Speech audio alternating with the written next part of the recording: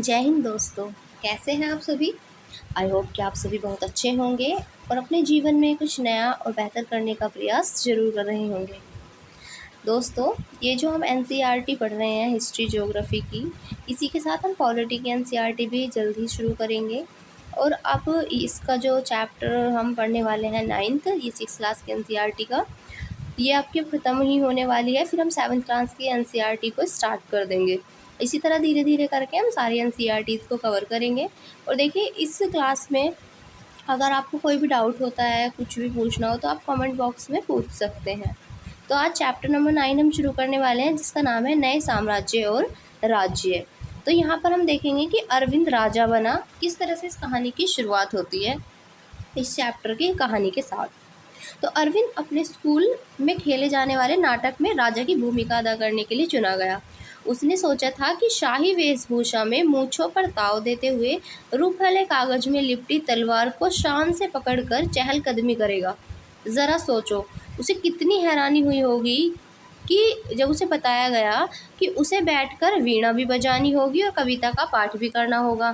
तो एक संगीतज्ञ के राजा कौन हो सकता है, वह अरविंद सोचने लगा।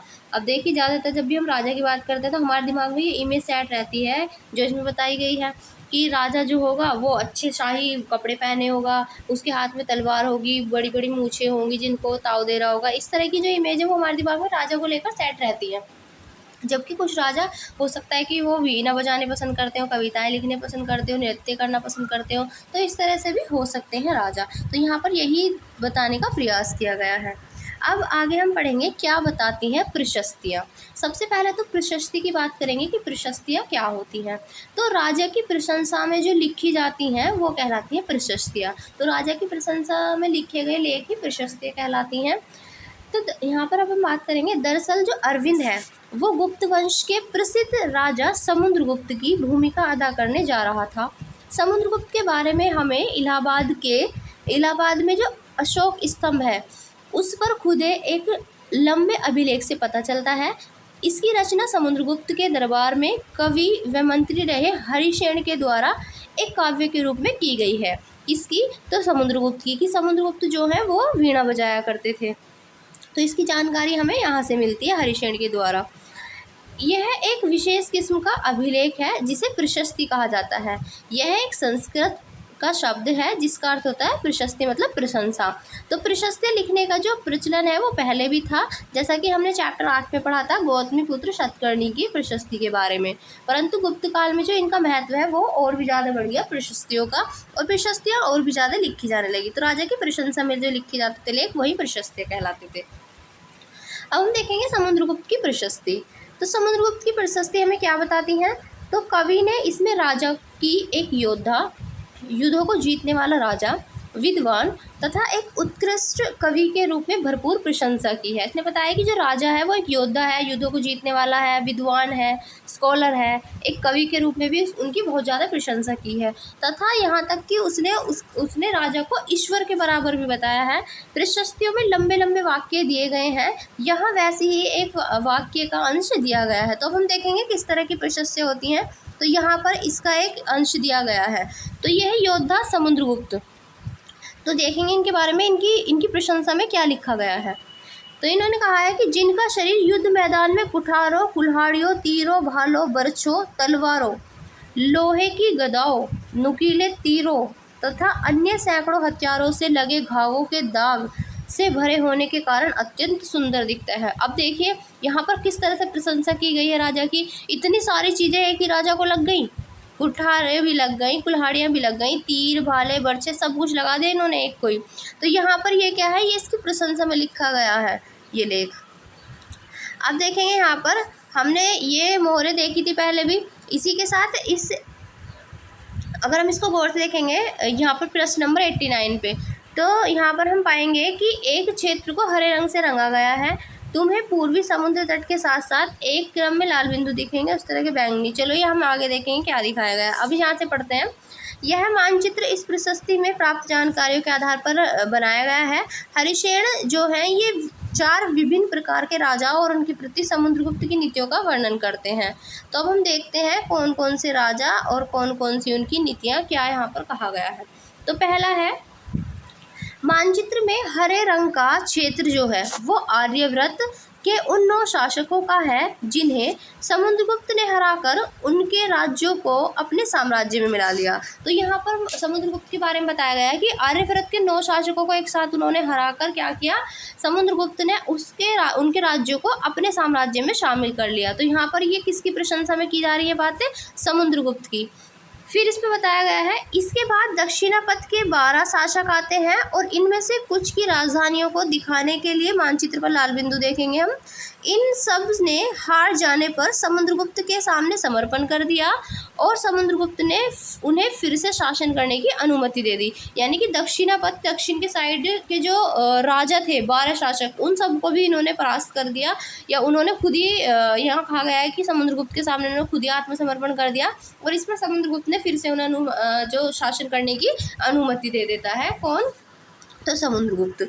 इसके बाद पड़ोसी देशों का आंतरिक घेरा, ये बैंगनी रंग से दिखाया गया है यहाँ पर।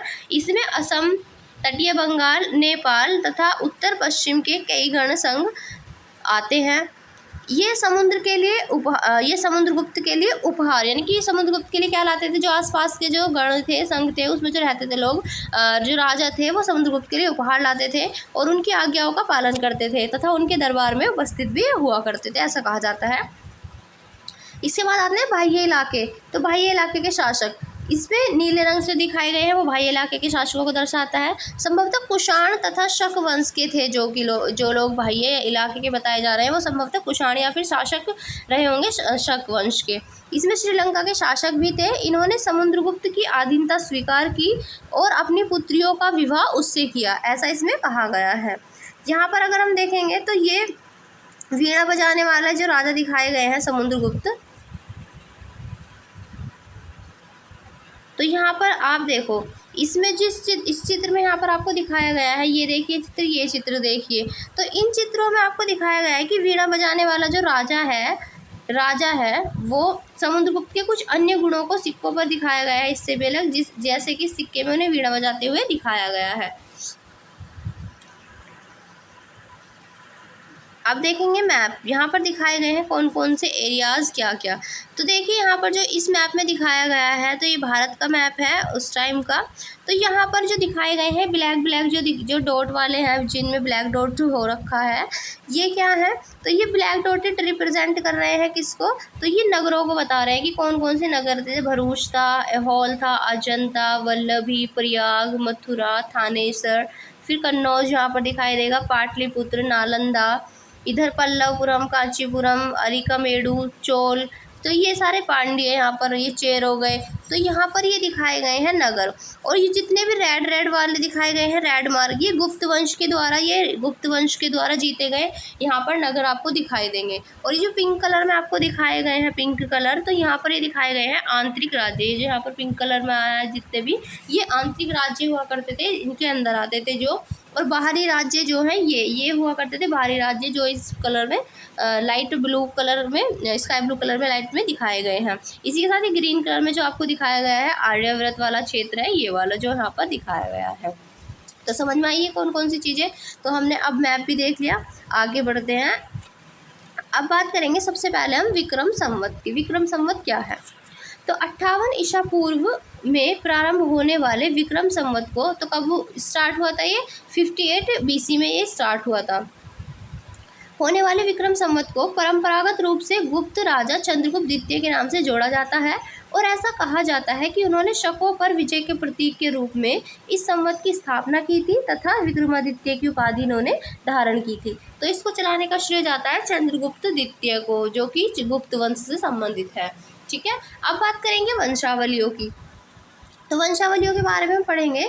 इसमें हम देखेंगे कि जो वंशावलियाँ थी, तो इसमें जो अधिकांश प्रशस्तियाँ हैं वो शासकों के पूर्वजों के बारे में भी बताती हैं। यह प्रशस्ति भी समुद्रगुप्त के पितामह यानी कि परदादा, दादा, पिता और माता के बारे में बताती है।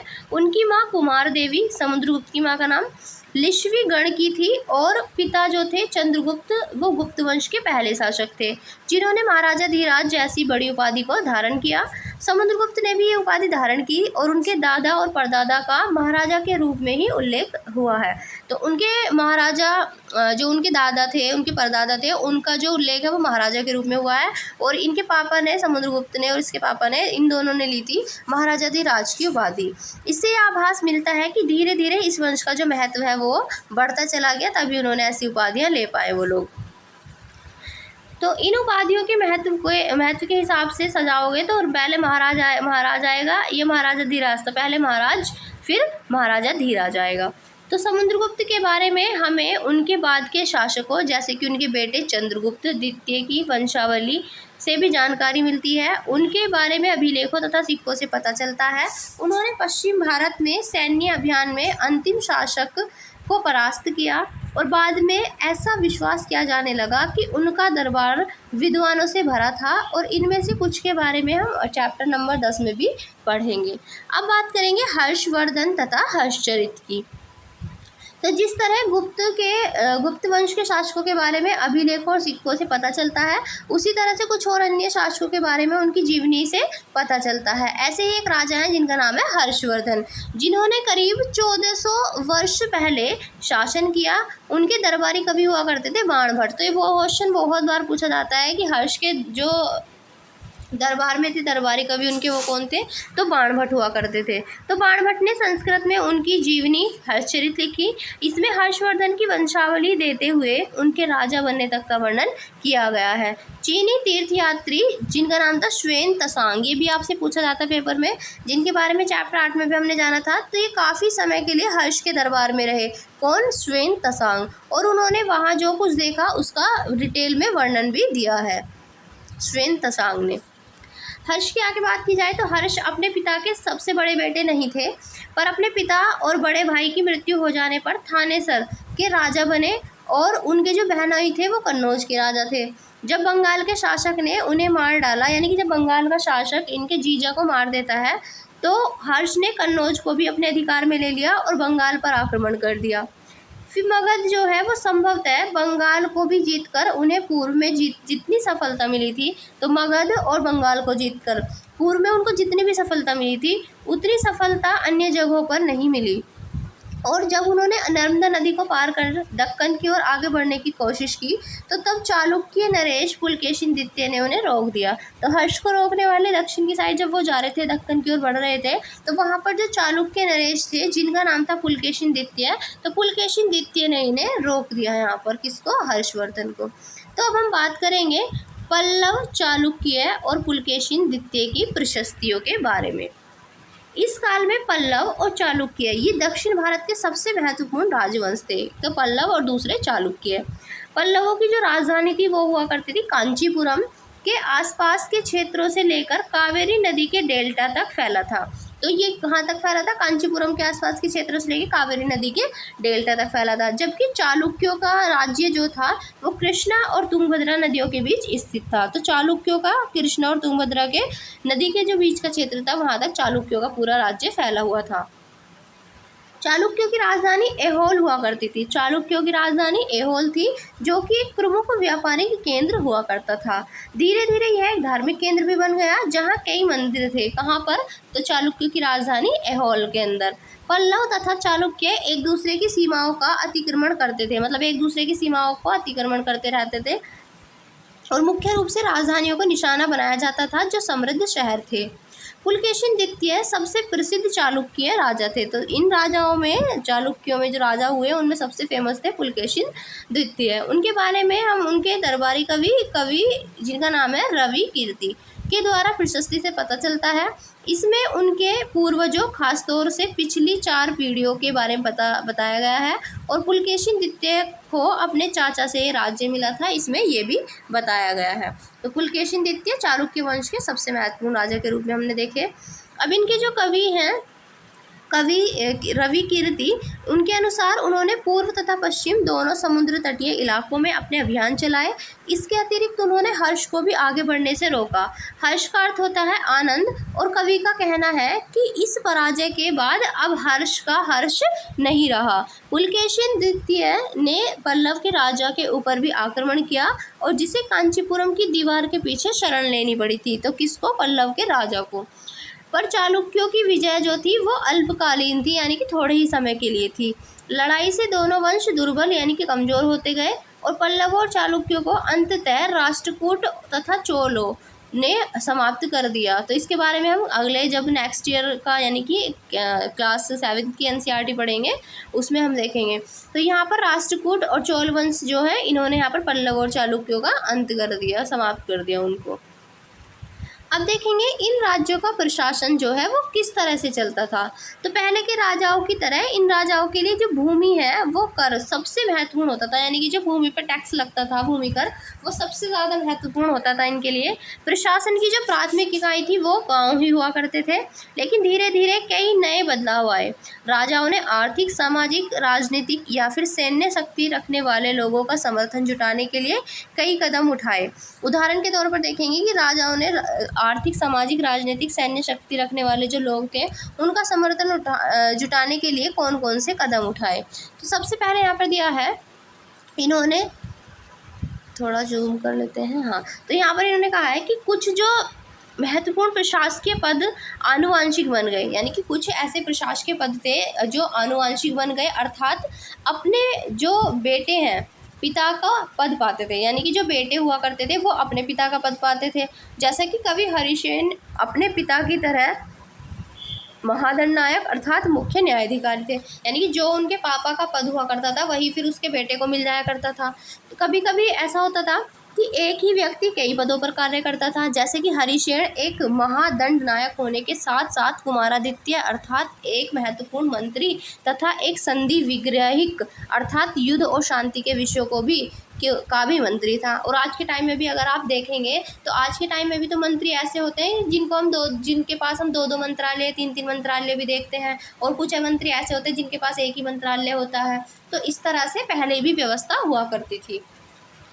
फिर आगे कहते हैं कि संभवतः वहाँ के स्थानीय प्रशासन में प्रमुख व्यक्तियों का ही बोलबाला था। इनमें नगर जो था नगर श्रेष्ठी वो कहलाता था मुख्य बैंकर, यानी कि जो नगर श्रेष्ठी था वो मुख्य बैंकर या शहर का व्यापारी, सार्थवा यानी कि व्यापारियों के काफिले का नेता, प्रथम कुलिक अर्थात मुख्य शिल्पकार, और कायस्थों यानी कि लिपिकों के प्रधान जैसे लोग होते थे इसके अंदर। इस तरह की कुछ नीतियाँ जो हैं वो कुछ हद तक प्रभावशाली होती थी, पर समय के साथ साथ इनमें से कुछ व्यक्ति इतने अधिक शक्तिशाली हो जाते थे कि वो अपना जो है स्वतंत्र राज्य स्थापित कर लिया करते थे। अब देखेंगे एक नए प्रकार की सेना किस तरह से यहाँ पर काम करती है। तो कुछ जो राजा हैं अभी भी पुराने ही राजाओं की तरह एक सुसंगठित सेना रखते थे। तो अभी तक भी कुछ राजा ऐसे हुए करते थे कि वो पुराने जो राजा हैं उनकी तरह ही एक सुसंगठित सेना को रखा करते थे, जिसमें हाथी, रथ, घुड़सवार, पैदल, सिपाही होते थे। पर इसके साथ साथ कुछ सेना नायक भी होते थे। अब जब इसके साथ कुछ सेना नायक भी होते थे जो कि आवश्यकता पड़ने पर राजा को सैनिक सहायता दिया करते थे। इन सेना नायकों को कोई नियमित वेतन नहीं दिया जाता था, बदले में इनको कुछ भूमि दान दे दिया जाता था, यानी कि इनको कोई वेतन तो दिया नहीं जाता था, इसके बदले में इन्हें कुछ भूमि दान में दे दी जाती थी, और इस दी गई भूमि से वो कर वसूलते थे, और जिससे कि वो सेना तथा घोड़ों की देखभाल करते थे। साथ ही वे इससे युद्ध के लिए हथियार जुटाते थे। इस तरह के व्यक्ति सामंत कहलाते थे। तो इस तरह के जो व्यक्ति हुआ करते थे इन्हीं को कहा जाता था सामंत। जहाँ कहीं भी जो शासक है वो दुर्बल होते थे, ये सामंत स्वतंत्र होने की वहाँ पर कोशिश करते थे, यानी जब भी ऐसा लगता था कि हमारा जो राजा है, हमारा जो शासक है वो कमज़ोर है, तो ये सामंत खुद को स्वतंत्र करने की कोशिश करते थे, और कुछ ऐसे होते थे कि खुद को स्वतंत्र ही कर लेते थे। अब हम देखेंगे दक्षिण के राज्यों में सभाएं, कि दक्षिण के राज्यों में जो सभाएं होती थी वो किस तरह से होती थी। तो पल्लवों के अभिलेखों में कई स्थानीय सभाओं की चर्चा की गई है। इनमें से एक था ब्राह्मण भूस्वामियों का संगठन, जिसे सभा कहते थे। तो सभा किसकी थी? ब्राह्मण भूस्वामियों का एक संगठन था। ये सभाएं उप समितियों के जरिए सिंचाई, खेती बाड़ी से जुड़े विभिन्न काम, सड़क निर्माण, स्थानीय मंदिरों की देखरेख आदि का काम करती थी। जिन इलाकों के भूस्वामी ब्राह्मण नहीं थे, यानी कि यहाँ के तो ब्राह्मण थे, और जहाँ के जो भूस्वामी थे वो जो ब्राह्मण नहीं थे, वहाँ उर नामक एक ग्राम सभा होने की बात कही गई है कि जहाँ के जो शासक हैं वो ब्राह्मण नहीं थे, तो वहाँ पर उर नाम की एक ग्राम सभा होती थी। और नगरम जो है ये व्यापारियों का एक संगठन का नाम है। नगरम शब्द किसके लिए यूज़ किया गया है, तो ये व्यापारियों के एक संगठन का नाम है। संभवतः इन सभाओं पर धनी तथा शक्तिशाली भूस्वामियों और व्यापारियों का नियंत्रण था। इनमें से बहुत सी स्थानीय जो सभाएं हैं वो शताब्दियों तक काम करती रहीं। तो इनमें से बहुत सी स्थानीय सभाएं हैं जो बहुत टाइम तक, लंबे समय तक काम करती रही। अब हम देखेंगे कि उस ज़माने में जो आम लोग थे उनकी क्या स्थिति थी, वो कैसे थे। तो जनसाधारण के जीवन की थोड़ी बहुत झलक हमें नाटकों तथा कुछ अन्य स्रोतों से मिलती है। चलिए उदाहरण देखते हैं। कालिदास अपने नाटक में राज दरबार के जीवन के चित्रण के लिए प्रसिद्ध है। जो कालिदास है वो अपने नाटकों में राज दरबार का जीवन चित्रण करते थे, इसके लिए वो फेमस है। इन नाटकों में से एक रोचक बात यह है कि राजा और अधिकांश जो ब्राह्मणों को संस्कृत बोलते हुए दिखाया गया है, कि जो राजा है और जो ब्राह्मण है वो क्या बोलते थे, वो संस्कृत को बोलते हुए दिखाया गया है। जबकि जो अन्य लोग हैं और महिलाएं हैं वो प्राकृत को बोलते हुए दिखाई गई हैं। तो महिलाएं क्या बोला करती थी, महिलाएं प्राकृत बोला करती थी। उनका सबसे प्रसिद्ध नाटक है अभिज्ञान शाकुंतलम। दुष्यंत नामक एक राजा और शकुंतला नाम की एक युवती की प्रेम कहानी है अभिज्ञान शाकुंतलम। तो अभिज्ञान शाकुंतलम जो एक नाटक है, इसमें एक प्रेम कहानी का वर्णन किया गया है, जिसमें दुष्यंत नाम का एक लड़का जो कि राजा है और शकुंतला नाम की लड़की की प्रेम कहानी का वर्णन है। इस नाटक में एक गरीब मछुआरे के साथ राज्य के कर्मचारियों के दुर्व्यवहार की बात भी कही गई है, कि किस तरह से गरीब मछुआरे के साथ राज कर्मचारियों के कर्मचारी जो है इनके, उन्होंने दुर्व्यवहार किया था, बुरा व्यवहार किया था, तो उसकी बात भी कही गई है। तो अब हम देखते हैं कहानी यहाँ पर कि एक मछुआरे को एक अंगूठी मिली, तो फिर क्या होता है। तो एक बार एक मछुआरे को एक कीमती अंगूठी मिली और ये अंगूठी राजा ने शकुंतला को भेंट की थी, पर दुर्घटनावश उसे एक मछली निगल गई। और जब मछुआरे ने इस अंगूठी को लेकर राजमहल पहुंचा तो द्वारपाल ने उस पर चोरी का आरोप लगाया और मुख्य पुलिस अधिकारी को भी बुरी तरह से पेश, जो वहाँ पर जो पुलिस अधिकारी था वो भी बहुत बुरी तरह से पेश आया। और उस अंगूठी को देखकर बहुत खुश हुए, राजा जो थे वो बहुत खुश हुए और उन्होंने मछुआरे को इनाम दिया। और पुलिस वाला और जो द्वारपाल थे, इन्होंने मछुआरे से इनाम का कुछ हिस्सा हड़पने के लिए उसके साथ शराब खाने चल पड़े। तो अब आप देख सकते हैं कि उस तरह की व्यवस्था में जो ये हुआ करते थे लोग, कर्मचारी, वो कितने उनकी जो सोच थी वो किस तरह की थी, या फिर वो किस तरह का बिहेव करते थे। ऐसे लोग आपको आज के टाइम में भी दिख जाएंगे जो अपना फ़ायदा सोचते हैं और दूसरे इंसान पर गलत आरोप भी लगा देते हैं। अब चीनी यात्री फाशियन का ध्यान उन लोगों की दुर्गति पर भी गया जिन्हें ऊंचे और शक्तिशाली लोग अछूत मानते थे। इनको शहर के बाहर रखा जाता था। वे लिखते हैं कि अगर इन लोगों को शहर या बाजार के भीतर आना होता था तो सभी को आगाह करने के लिए लकड़ी के एक टुकड़े पर चोट करते रहते थे, और ये आवाज़ सुनकर लोग सतर्क होकर अपने आप को छू जाने से किसी भी प्रकार के संपर्क से बचते थे। तो इस तरह की वहाँ पर बेकार सी प्रथाएं प्रचलित थी, जिनको वहाँ पर फॉलो किया जा रहा था लोगों के द्वारा। तो इस तरह की चीज़ें भी उस टाइम पर हुआ करती थी। एक जगह बाणभट्ट द्वारा अभियान पर निकली राजा की सेना का बड़ा सजीव चित्रण किया गया है। तो देखेंगे, चलिए राजा की सेना का जो है वो किस तरह से चलती थी। तो ये है राजा की सेना। तो जब राजा की सेना चलती थी तो क्या क्या लेके चलते थे साथ में। तो राजा बड़ी मात्रा में साजो सामान लेकर यात्रा करते थे। इनमें हथियारों के अतिरिक्त रोजमर्रा के उपयोग में आने वाली चीज़ें जैसे कि बर्तन, असबाब होता है जिसमें सोने के पायदान भी शामिल थे। खाने पीने के सामान में बकरी, हिरन, खरगोश, सब्जियां, मसाले, ये सब लेके साथ चलते थे। आदि विभिन्न प्रकार की चीज़ें शामिल होती थी। ये सारी चीज़ें ठेले गाड़ियों या फिर ऊँटों और हाथियों जैसे सामान ढोने वाले जानवरों की पीठ पर लाद कर ले जाई जाती थी। इस विशाल सेना के साथ साथ संगीतकार नगाड़े, बिगुल तथा तुरही बजाते हुए चलते रहते थे। रास्ते में पड़ने वाले जो गांव हुआ करते थे, गांव वालों को उनका सत्कार करना पड़ता था। वे दही, गुड़ तथा फूल हुआ करते थे, फूलों का उपहार लाते थे तथा जानवरों को चारा भी देते थे। और वे राजा से भी मिलना चाहते थे ताकि अपनी शिकायत या फिर उनको कोई अनुरोध करना हो तो वो उनके सामने रख सकें। पर ये जो सेनाएं थीं ये जाती थी जब तो अपने पीछे विनाश और विध्वंस की निशानी छोड़ के जाती थी। अक्सर गांव वालों की झोपड़ियां हाथी को चल दिया डालते थे। व्यापारियों के काफिले में जुते बैल इस हलचल भरे माहौल से डरकर भाग खड़े होते थे। और बाणभट्ट लिखते हैं ऐसा कि पूरी दुनिया धूल के गर्त में डूब जाती थी जब राजा की सेना मतलब जब राजा इतनी बड़ी यात्रा करते थे, राजा की सेना पूरी चलती थी तो बहुत ज़्यादा धूल भी हो जाया करती थी। तो इस तरह की यहाँ पर चीज़ें बताई गई हैं कि क्या क्या होता था। तो आई होप कि ये चैप्टर आपको समझ में आया होगा। तो फिर मिलेंगे अगली वीडियो में, तब तक के लिए जय हिंद जय भारत।